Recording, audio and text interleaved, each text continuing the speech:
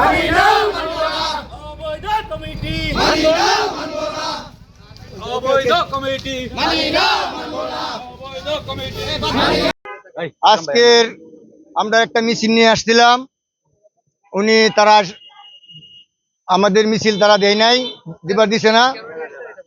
আমরা আসছিলাম ওই যে তারা যে উপজেলা যে কমিটিটা করছে, এই কমিটিটা কিন্তু আমরা মানি নাই। অবৈধ কমিটিটা বাতিল করতে হবে। এবারে কোনো আন্দোলনে জায়গা মানে ঢাকা এই সারা উপজেলা কোনো জায়গা পাই নাই, দুর্দিনে তারা নাই, দুর্দিনে কোনোদিনও তাদের পাই নাই।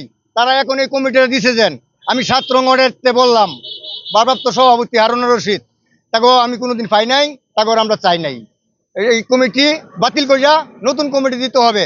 আজকে এই সারা উপজেলা আমাদের আক্তার মাস্টার, সাবেক সাধারণ সম্পাদক টেলিআইটি ইউনিয়নের সাবেক সভাপতি, উপজেলার সাধারণ সম্পাদক, উনি মামলা হামলা প্রত্যেকটা লোকের উপজেলা সব কিছু জামিন করাইছে। এই মুহূর্তে কোনো একটা লোক তো পাইছি না জামিন করাবার লাগিয়া। আর আনাসে মিটিং হয়েছে, কোনো লোক পাইছি না। আজকে এই লোকের কমিটি করে দিয়ে দিছে, এই কমিটি আমরা মানি না, এই কমিটি মানি না। প্রতিটি আন্দোলনে, প্রতিটি মিছিল মিটিংয়ে তো আজকের যে কমিটিটা হয়েছে সেটা হচ্ছে পকেট কমিটি।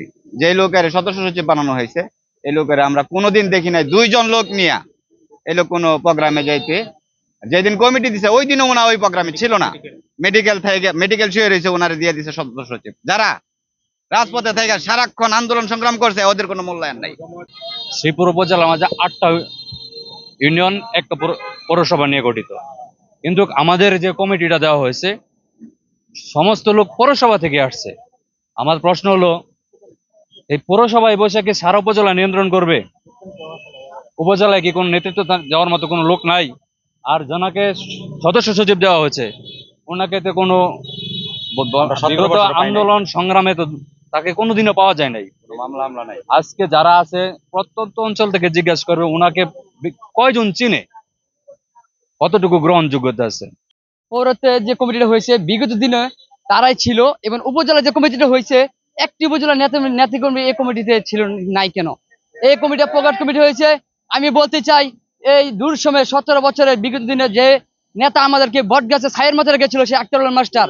আমি বলতে চাই, এই শ্রীপুর উপজেলা বিএনপির যে একটা অফিস ছিল সেটি আক্তারুল মাস্টারের ট্যাংরা বাজার অফিস ছিল।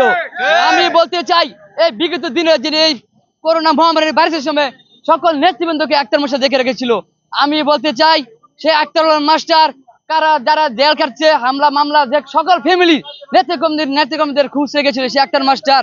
এই পকেট কমিটি হয়েছে, এই কমিটি আমরা মানি না। সেই বালামত আমি বলতে চাই, জেলা কমিটির যে যারা দায়িত্বে আছে তাদেরকে বলছে আবার যাচাই বাছাই করে এই কমিটিতে দেওয়া হোক। আক্তার মাস্টারের নেতৃত্বে আমরা সবাই জাফাইয়া উঠছি, সব নেতৃবৃন্দ তার ডাকে সাড়া দিয়েছে। আর এখন তাদেরকে পদ দিছে, মানে সচিব দিছে, একদম একবার নিকৃষ্ট লোক। তাকে আমরা কোনোদিন দেখি নাই কোনো আন্দোলন সংগ্রামে। এমন সংগ্রামও গেছে, জীবন বাজি রেখে আমরা গেছি তার সাথে। সে বলছে যদি অ্যারেস্ট হয় তাহলে আমি হব, আপনারা আমাকে আগে অ্যারেস্ট করে পরে আপনাদেরকে অ্যারেস্ট করবে। তারপরও সে মাঠে রয়েছে। আমরা চাই অতি তাড়াতাড়ি এই কমিটি ভেঙে নতুন করে কমিটি দেওয়ার জন্য। আনন্দ মিছিলকে আপনারা সার্থক করবেন। কিছু কিছু দুষ্কৃতিকারী